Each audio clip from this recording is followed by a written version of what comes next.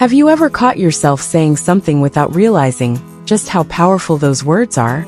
Words shape our reality, influence how we see ourselves, and believe it or not, can even determine our happiness and confidence.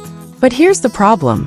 Many women over 70 unknowingly use phrases that make them feel less than they truly are. Words that steal their joy, shrink their self-worth, and reinforce limiting beliefs they never meant to accept. Lightbulb, what if I told you that by simply removing 12 common words from your vocabulary, you could instantly feel more empowered, confident, and vibrant than ever before? That's exactly what we're going to uncover today. In this video, we'll break down these 12 words, explain why they hold you back, and, most importantly, give you the right words to replace them with. Because here's the truth, you are still powerful, you are still valuable, and it's time for your words to reflect that. Stay with me until the very end, because the last word on this list, it's one that most women never even realize is keeping them from fully embracing their best years. And if you're new here, welcome. Party Popper, make sure to hit that subscribe button, because this channel is dedicated to helping you live your most confident, fulfilled, and joyful life, at any age. Now let's dive in. Rocket. Have you ever caught yourself saying something out of habit, only to realize later that it made you feel, well, older than you really are? Maybe it's just a simple phrase, but words have a powerful way of shaping how we feel, how others see us, and even how we experience life. If you're over 70, some of the things you say, without even thinking, could be holding you back from the vibrant, confident, and joyful life you deserve. And here's the thing. These words don't just affect how others perceive you, they affect how you perceive yourself. They can subtly reinforce limiting beliefs, make you feel less capable, or even push people away without you realizing it. But the good news? You can take control.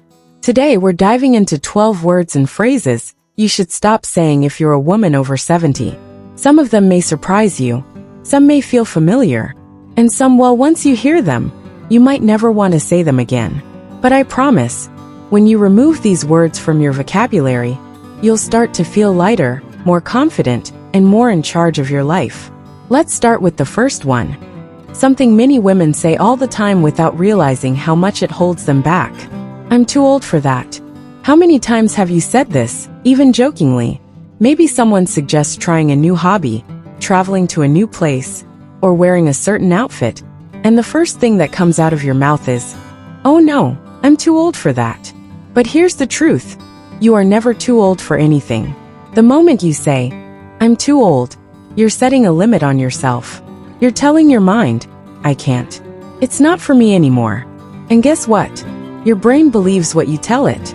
The more you say it, the more you reinforce the idea that your life has boundaries, that certain experiences, joys, and opportunities are off limits just because of your age. But let's think about it differently. Imagine if someone told you that you were too old to do something you loved. Wouldn't you want to prove them wrong? Wouldn't you want to show them that life doesn't have an expiration date? So, the next time you're about to say, "I'm too old for that," stop yourself. Instead, try saying, "I've never done that before, but why not? That sounds fun, maybe I'll give it a try. I'm open to new experiences." When you replace limitation with possibility, you'll start seeing life in an entirely new way. Now let's move to the second phrase, one that can sneak into conversations and quietly take away your sense of power. I can't do that. We've all said it. Sometimes it's about small things, learning how to use new technology, changing a routine, or trying something that seems unfamiliar.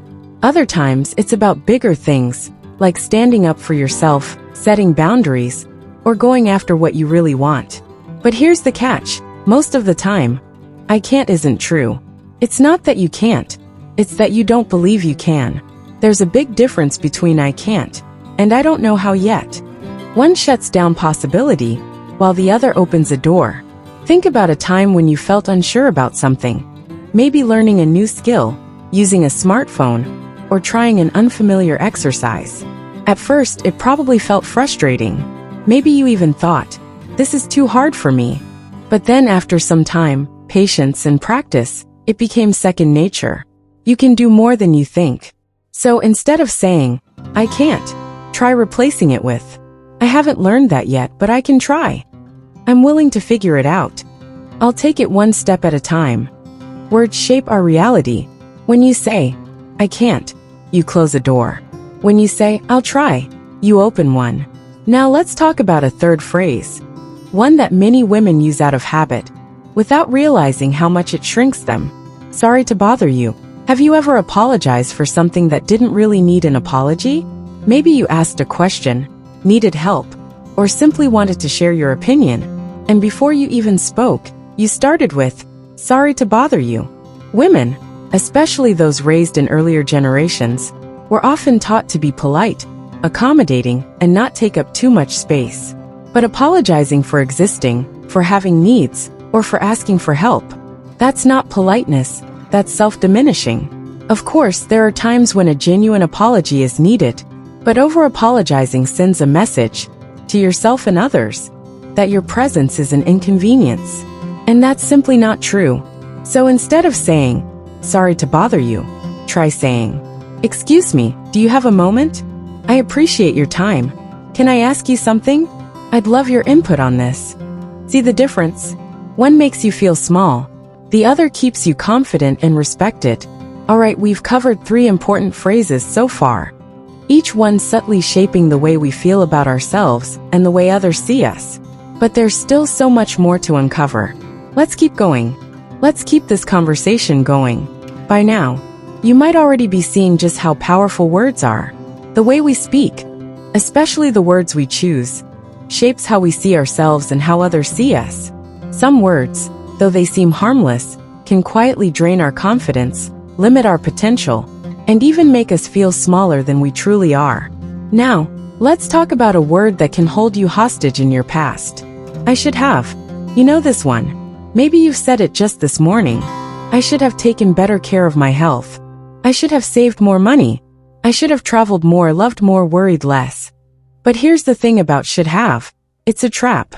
It makes you feel regretful, even when you can't go back and change a single thing. It keeps your mind stuck in the past, replaying choices you can't undo. And worse, it steals your energy from what you can do today. Think about it. When has saying, I should have, ever made you feel better? Has it ever fixed anything? No. It just adds weight to your shoulders.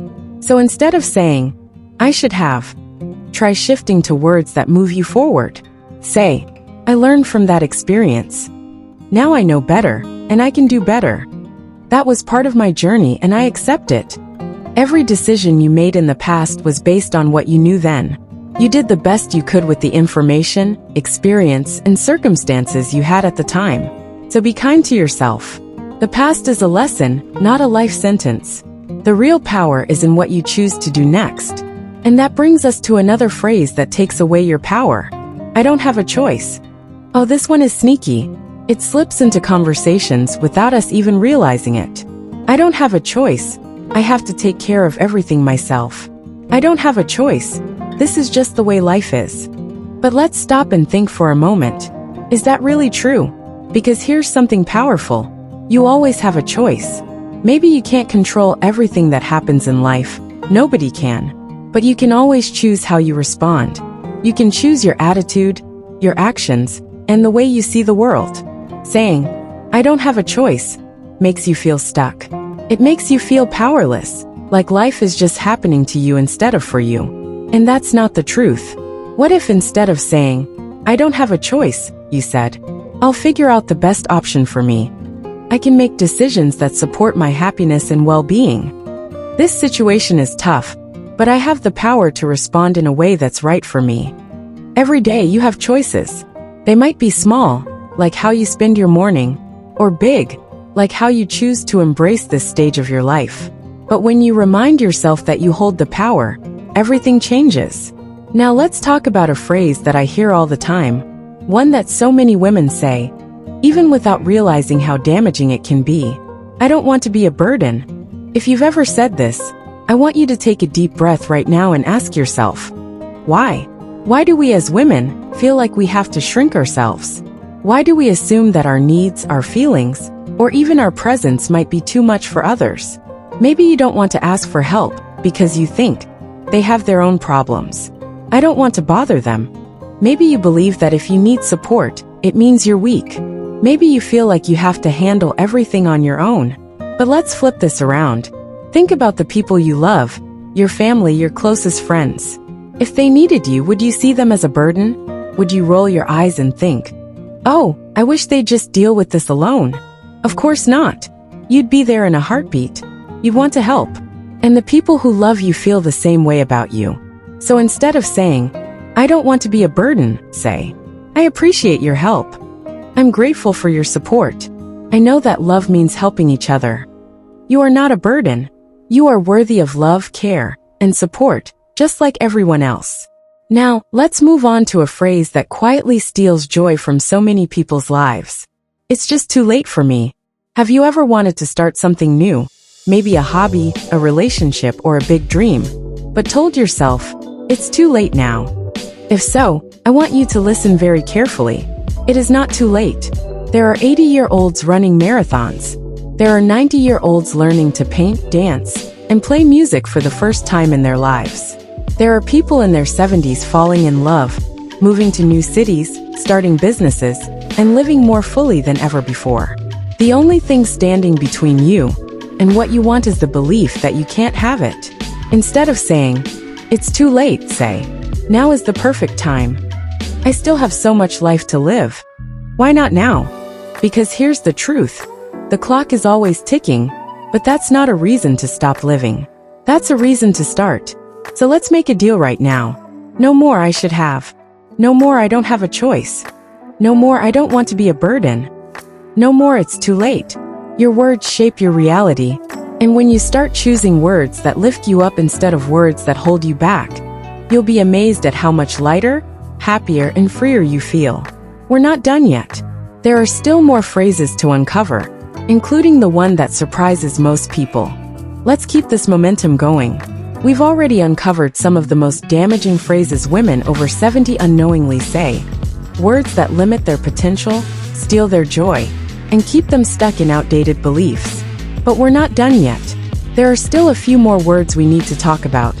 Words that might seem small but have a massive impact on your mindset, your happiness, and your confidence. And the last one, it might just change the way you see yourself forever.